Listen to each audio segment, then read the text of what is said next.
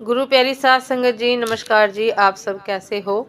आशा करती हूँ बाबा जी के श्री चरणों में अरदास करती हूँ कि मालिक की कृपा से, निरंकार की मेहरबानी से आप सब बहुत खुश होंगे, मौज बहार में होंगे और अवश्य ही भजन सिमरन में होंगे। साध संगत जी, मैं हाजिर हूँ आज आप सभी से खरा सौदा भाग 2 को लेकर।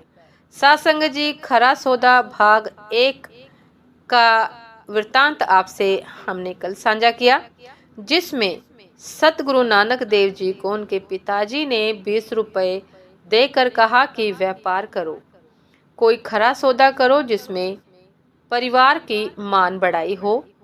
तो साध संगत जी 20 रुपए लेकर भाई बालाजी के साथ नानक जी चल दिए थे।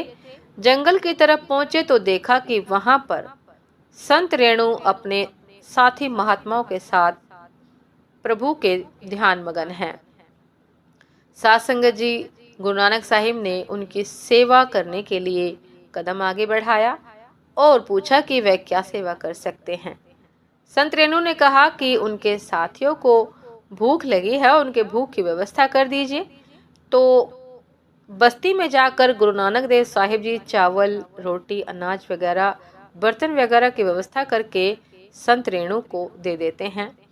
संत रेणु ने उनके दर्शन किए, अपने चरम चक्षुओं से जान लिया कि यह कोई साधारण व्यक्ति नहीं है, ये तो साक्षात निरंकार है। साध संगत जी, फिर संत रेणु ने गुरु नानक देव साहिब जी के प्रणाम किया और साध संगत जी प्रणाम का उत्तर प्रणाम में ही देते हुए और मंद मंद मुस्कुराते हुए जगत आधार श्री नानक बाले जी के साथ घर की ओर लौटे। साध संगत जी, चलिए आइए अब भाग 2 खरा सौदा शुरू करते हैं। साध संगत जी, जब श्री नानक जी चले आए तब एक साधु ने महंत ने पूछा कि आपने उस लड़के को जाने की आज्ञा क्यों दी? अभी तो उस श्रद्धालु क्षत्रिय बालक ने, गुरु नानक ने संतों की सेवा अपने हाथों से करनी थी। तब महंत ने कहा कि भाई, जिसे आप साधारण क्षत्रिय बालक समझ रहे हो वह तो साक्षात ब्रह्म है, जो निराकार व साकार होकर संसार के कल्याण अर्थ प्रकट हुआ है, संसार का कल्याण करने हेतु प्रकट हुआ है। मनुष्य का कर्तव्य है कि परमात्मा की ओर से जो पालन पोषण हो, जो कुछ भी मिल रहा हो, उसको सहर्ष स्वीकार करे, अपितु उस सब के स्वामी से अपनी सेवा न करवाए। इसलिए मैंने नानक देव जी महाराज जी की इच्छा देखकर रोकना उचित नहीं जाना।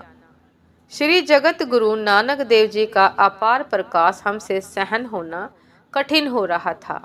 इन कारणों से मैंने उन्हें जाते हुए रोका नहीं।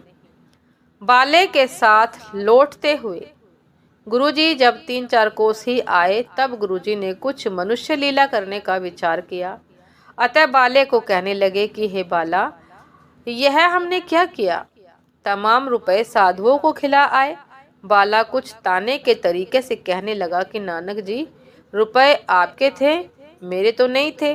उनको जैसे भी आप बर्ताव में लाना चाहो ला सकते थे, मेरा इसमें क्या नुकसान था? फिर आपने जो कुछ किया सो किया, अब तुम जानो अथवा तुम्हारे पिताजी जाने। मैं रोकता तो स्वयं आप मेरा अपमान ही कर देते, परंतु आपने यह जो कुछ किया यह उचित नहीं है। साध संगत जी, इस प्रकार बातें करते करते जगत पिता गुरु नानक देव तलवंडी गांव के निकट आ गए। संसार के भय को दूर करने वाले नानक अपने पिता से भय मानकर नगर में नहीं गए। नगर के बाहर सूखा तालाब था, उसी में बैठ गए। इधर भाई बाला अपने घर में आ गया। श्री कालू ने बाले का आना सुना तो नौकर भेजकर बाले को बुलाकर पूछा कि हे बालाजी, आप तो आ गए हो, अभी तू नानक कहाँ है? और जो तुम लोगों को 20 रुपए दिए थे उनका क्या बनाया है? उत्तर में बाले ने साधुओं को खाना खिलाने की समस्त गाथा सुना दी। कालू जी कुछ कुपित होकर कहने लगे कि हे बाला, तुमको बुद्धिमान समझकर इसलिए साथ नहीं भेजा था कि रुपए साधुओं को खिला आओ।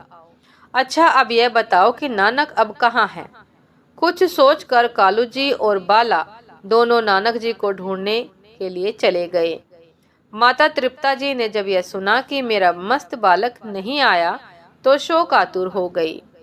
तब माता जी ने अपनी पुत्री नानकी के साथ कुछ नौकर देकर कहा कि पुत्री जाओ, तुम्हारे पिताजी को कुछ क्रोध है, वह कहीं नानक को डांट ना दे, जाकर अपने भाई को देखभाल करके घर ले आओ। सासंगत जी बाले के साथ कालू पटवारी यहाँ आए, जहाँ परमात्मा के ध्यान में पवित्र आत्मा श्री गुरु नानक देव महाराज जी बैठे थे। देखते ही कालू जी की क्रोध अग्नि भड़क उठी। पुत्र को पकड़ लिया और कुपित होकर बोले कि नानक बताओ, मेरे गाढ़े पसीने की कमाई के जो 20 रुपए थे वह कहाँ हैं? इतना कहकर पिताजी ने श्री गुरु नानक देव जी के मुख पर 2 चपत लगा दी। इतने में देवी नानकी वहीं पहुंच गई। कहने लगी कि पिताजी, आप मेरे भाई को क्षमा कर दो। देखो तो भाई जी के सुंदर मुख पर 2-4 चपत के निशान हो गए हैं। क्षमा करो, क्षमा करो। किसी ने राय बुलार को यह घटना सुना दी। कहा कि बीबी नानकी ने हाथ जोड़कर पिता का क्रोध शांत किया है, नहीं तो कालू जी ने नानक को अभी और दंड देना था। सासंगत जी यह सुनकर राय बुलार ने अपने सिपाही भेजकर श्री नानक देव और कालू जी को अपने पास बुलाया। कालू ने राय बुलार के समक्ष आकर दुखी होकर कहा, हुजूर, इस नालायक लड़के ने मेरा नाक में दम कर रखा है।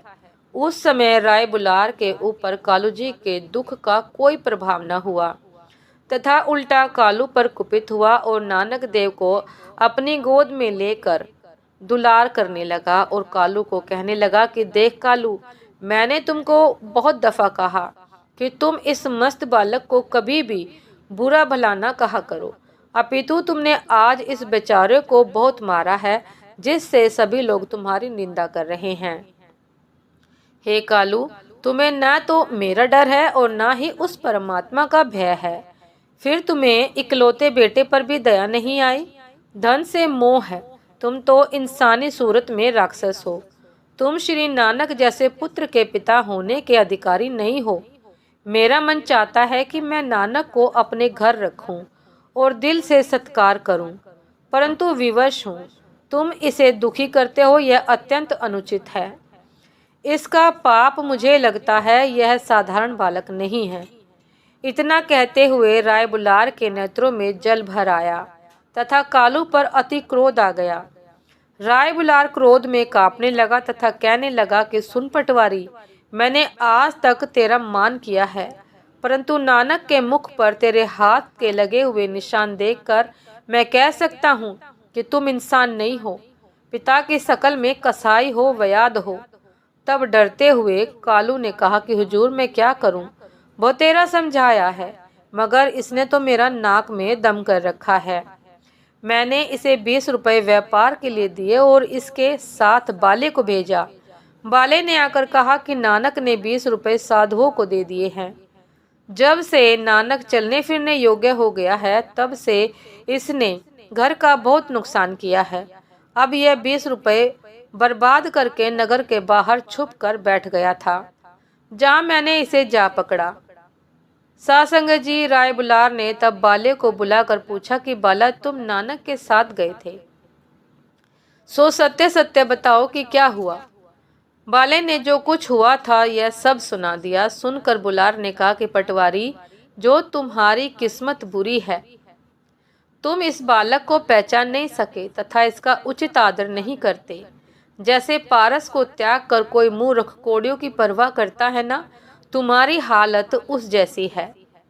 विवश हूँ क्योंकि मैं शरीर से एक मुसलमान हूँ और नानक देव का जन्म एक हिंदू घराने का है, इसलिए मैं क्रियात्मक तौर से कुछ भी करने का समर्थ नहीं हूँ, कुछ भी करने को समर्थ नहीं हूँ। और तुम माया के भूखे हो। अच्छा, जो कुछ नानक ने तुम्हारा नुकसान किया है वह तुम मुझसे ले लिया करो। सासंगत जी यह कहकर बुलार ने अपने निजी नौकर हमेदा खां को कहा कि जाओ मेरे घर से 20 रुपए लाकर पटवारी को दे दो। नौकर ने बुलार की बेगम, जिसकी जाति खोखरी थी, उससे 20 रुपये मांगे। नौकर ने 20 रुपये लाकर कालू जी को दिए, परंतु कालू ने वह 20 रुपये न लेते हुए कहा कि हुजूर, रुपये आगे भी तो आपके ही दिए हुए हैं। जब मैं आपका नौकर हूँ तो रुपये भी तो आपके ही हैं। मैं और नानक तथा हमारा सारा परिवार भी तो आपका ही है। मैं इस प्रकार आपसे रुपया नहीं लेना चाहता। बुलार ने फिर कहा कि यदि मैं मुसलमान न होता तो इस अद्वितीय बालक की पालना स्वयं करता, परंतु मजबूर हूँ। अब मैं वायदा करता हूँ कि नानक देव जब तक अबोध बच्चा है तब तक इसका पालन पोषण सेवा भाव से मैं स्वयं करूँगा तथा इसका तमाम खर्च मेरे घर से दिया जाएगा। दौलत के मोह में निरंकारी नानक को नालायक कहकर गुनाह के भागी न बनो तथा जो नुकसान नानक ने किया है वह तमाम मैं इसी समय देने को तैयार हूँ। सासंग जी, कालू ने धन लेना अस्वीकार कर दिया।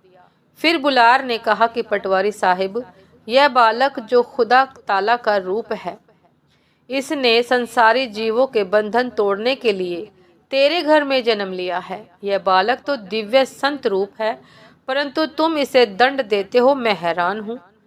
राय कहीं कुपित न हो, इसलिए कालू जी ने रुपए ले लिए, फिर आज्ञा लेकर अपने घर को आया। सासंग जी, श्री नानक देव को कालू ने चपेटे लगाई हैं, यह सुनकर नगर निवासी कालू की निंदा करने लगे। कालू जी के इस कुकर्म पर सारा नगर दुखी हुआ तथा लोग कहते कि देखो, इस व्याध ने, इस कसाई ने अपने संत पुत्र को बुरी तरह पीटा है और अब बुलार से रुपए भी प्राप्त कर लिए हैं। बाबा, यह कालू अत्यंत कठोर मन वाला क्षत्रिय है। दूसरे दिन कालू मेहता राय बुलार के दरबार में उपस्थित होकर क्षमा याचना मांग कर जो रुपए लिए थे वह लौटा देने का अनुरोध करने लगा। बुलार ने कहा कि कालू, यह रुपए जो तुम लौटा रहे हो तुमको नहीं दिए, यह तो नानक देव के देने थे, ये मैंने श्री नानक को अर्पण कर दिए हैं। सासंग जी, कालू ने कहा कि हुजूर, नानक के पास रुपए कहाँ से आए जो आपने लिए और आप लौटा रहे हो? मुस्कुराकर बुलार ने कहा कि भाई, दुनिया के अंदर जितनी भी दौलत है उसका स्वामी नानक है तथा जो कुछ मेरे घर में हाथी घोड़े स्वर्ण तथा जवाहरात है उस सब का मालिक तेरा सुपुत्र नानक ही है। मैं क्या, सारा संसार ही इस बालक का दिया हुआ ग्रहण कर रहा है। राय बुलार ने यह शब्द सुनकर सभी लोग हैरान हो गए। उसकी श्रद्धा श्री कालू द्वारा निरंकारी नानक के पवित्र कमलों में अनन्य रूप से हो गई थी। सासंग जी, राय बुलार की श्रद्धा सतगुरु नानक देव में पूरी तरह से हो गई थी। सासंग जी, ये थी आज की एक बहुत ही खूबसूरत साखी कि किस प्रकार सतगुरु नानक देव जी ने अपने पिता द्वारा दिए गए रुपयों का खरा सौदा किया। सासंग जी, आशा करती हूँ ये साखी आप सभी को बहुत बहुत पसंद आई होगी।